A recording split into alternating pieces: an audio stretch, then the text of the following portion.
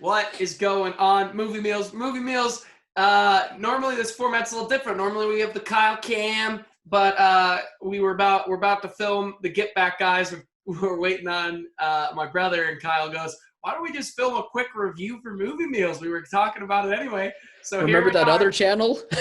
Yeah, remember that other channel? We have done 2 videos in one day for it's been years since That's we've done wild. that. That was Sorry also about that, everyone. incredible timing. That was Yeah. incredible timing in our flick. Maybe that's our thumbnail right there. Uh, Oh, we'll do that.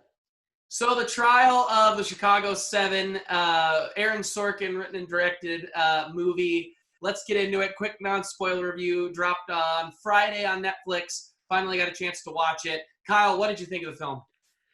I was really anticipating this a whole lot. I knew it was supposed to be released in theaters for a good while, but Paramount, due to COVID, sold to Netflix, and now it's probably premiering in like maybe a few select theaters, so it can get some Oscar contention and whatnot. But for the most part, it's on Netflix, so I saw it that way. And even though I had to see it on Netflix instead of like on a big screen, I was still into this movie. Like it did not disappoint for how much I was anticipating this thing. I thought the subject matter, while very timely, I think it will always be timely no matter what the case is. Like it just uh, holds so much about like how far we've come as as America, how much we still have to go though. And that's because of the whole timely matter. Like Sorkin just knows how to write for like addressing like these political matters that are addressed in the movie that are just so timely, but at the same time are still relevant and still need to be improved on for today. It was really informative to me, but at the same time, still entertaining. It still was able to give the audience, no matter how much they know about this particular event in the movie or not, like it just helps them understand and follow the movie. But Sorkin's writing is just that incredible that it only makes sense that he'd be able to know how to handle this subject material. And you could just tell that the actors, everyone involved in this movie, they were all incredible. They all loved what Sorkin wrote, clearly. And just some standouts for me were Mark Rylance and Sacha Baron Cohen, who, for myself, Sacha Baron Cohen is not really an actor that I'm the biggest fan of. But here I think this was one of the best performances I've seen out of him. And I think it could be a contention for Oscars if we do get an Oscars even. But those two in particular were real standouts to me. But everyone else was just so great in this movie because they understood and were just able to eat up Sorkin's script. And I also have to give Sorkin props for his directing. I think his directing was a step up from what it was from Molly's Game, but I think he was able to learn from Molly's Game and know how to be impactful with his directing with certain scenes really needed most. How I don't know, just for some reason the directing, I felt he was able to like have it correspond with his writing a bit better to where emotional scenes or impactful scenes or just any sort of scenes where you need to feel a certain way. Sorkin was able to do that not only through writing but also through directing. So I was really impressed by all of those matters, and it's definitely like a great movie. Yeah, I like vaguely remember hearing Sorkin directing another movie after Molly's Game. I was late to Molly's Game. I remember my brother really freaking out about how much he loved it. He's such a Sorkin fan, as we all are. Yeah, And I was late to it. And I remember I liked it, but was like, yeah, I think you could tell a little bit by the direction that he needs. This is a great first start, but I'd like to see what he can continue to do.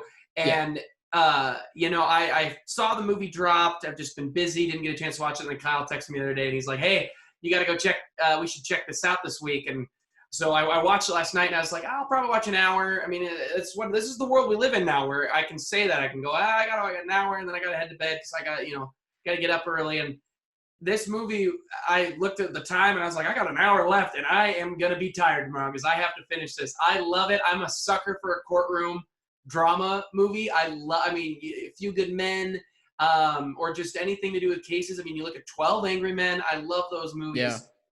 I'm in to these type of movies, and you get a Sorkin script on top of it. I was all in. I thought the script was excellent.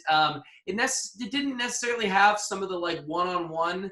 I mean, it did, but when I watch like The Social Network, there's a lot of really great written moments in that movie that like really stand out. And in this movie, it had a few, which I thought actually made sense for him because I think he really complemented his directing with his writing, where normally Yeah. he gives his writing to someone else who forms the movie around his incredible script. And one of the things in Molly's Game I remember is that he kind of, I remember thinking that, and I liked the movie quite a bit, but I remember thinking he's not adapting the direction enough to his script, and he's going more with his script. And in this, he complemented himself. So it was a little different for a Sorkin script, but you needed that to complement it, and it really worked.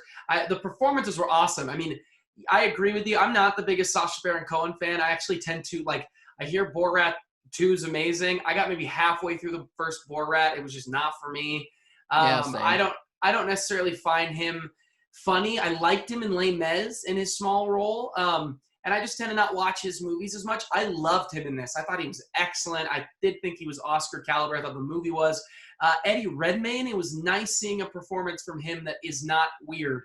Not that we have, he's done some great performances. But he was the villain in that Jupiter Ascending. He went on this kind of string of making movies that is calm down, guy. And he did, and I really liked his performance. I thought all the accents were excellent, especially from him. I really liked Alex Sharp. Jeremy Strong stood out to me in a big way because I love him on Succession, and him playing a hippie in this movie is so, and I didn't even know he was in it. It caught me completely off guard. I was like, what? Because I am used to him in Succession, and if you've seen the show Succession, you will have a same reaction, and shows how good of an actor he is because he sells playing Jerry Rubin so well that, and then I think of him in Succession, he is such a talented actor because I'd only really seen him kind of play these more tough guy roles. He kind of does that in Succession. I mean, there's more gravitas to it. He does that in The Big Short, right? The Big Short, right? Yeah, believe so. I believe he was in there. Yeah, he's the guy with the bat who's always chewing gum. And he's great, but I really liked seeing him in this. I thought it was excellent. I can't pronounce his name. Can you? You know which actor I'm talking about. Can you? I'll butcher it so bad. I'm going to butcher it too, but I think it's pronounced Yaha Abdul-Mateen. He is awesome. He's a great actor. I didn't love him in Aquaman. But he was great in The Get Down. He's amazing in Watchmen. Mm-hmm. And he's in Candyman next, correct? That movie? Coming out next year now. Yes. Yeah. And he was great in Us. He is great. He's a talented dude. I'm in for whatever he does. Mark Rylance, Joseph Gordon-Levitt were great. It was nice to see them in there. They had great roles that worked for them. Haven't seen them in a while. It's awesome. I won't spoil this, but there is a more A-list star. Not that some of these aren't, but there is a pretty big kind of star that everybody knows in the movie that kind of shows up towards the end, does not have a big role. I loved it. Did not take me out of the movie. I thought he fit that role perfectly. And so look out for that because I really, really like that. But Kyle, did you have any negatives about the film? Honestly, going into this movie, I kind of was assuming that Sorkin's directing was going to be my negative after, he was doing, like we said, doing very good job directing in Molly's Game, but there's times where, we can see improvements from there. And I wasn't expecting such a big, massive improvement that I saw from there. So now that that's not my negative, I really don't have many complaints to say about this movie. Maybe, I don't know, maybe the things that most people complain about, it was, too slow of a movie, or it was too, I don't know, maybe too wordy. Some people complain about that. But honestly, if you're in a Sorkin movie, you should probably come to expect that. But for me personally, that, those things didn't bother me at all throughout this movie. So I can honestly say that I have almost no negatives. I think that this is a great movie that people need to check out. And honestly, I haven't been able to see many movies for a good while, but this is certainly going to be one of my favorites. Is all thanks to Sorkin. The man's just a genius, and now that we know that he's going to be a great director on top of that, look out, he's unstoppable.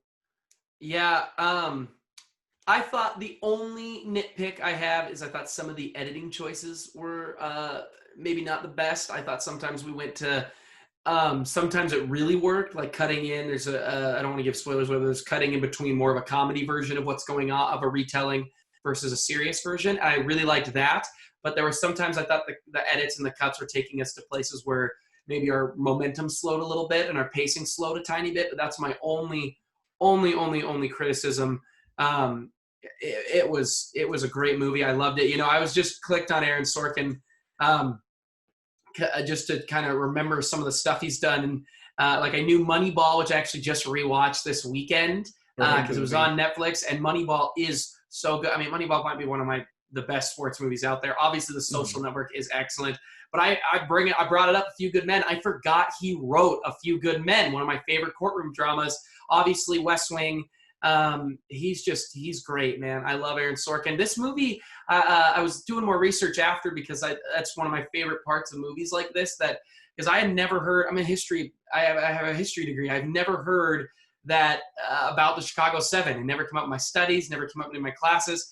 And I like when movies like this give me a retelling where I can go in.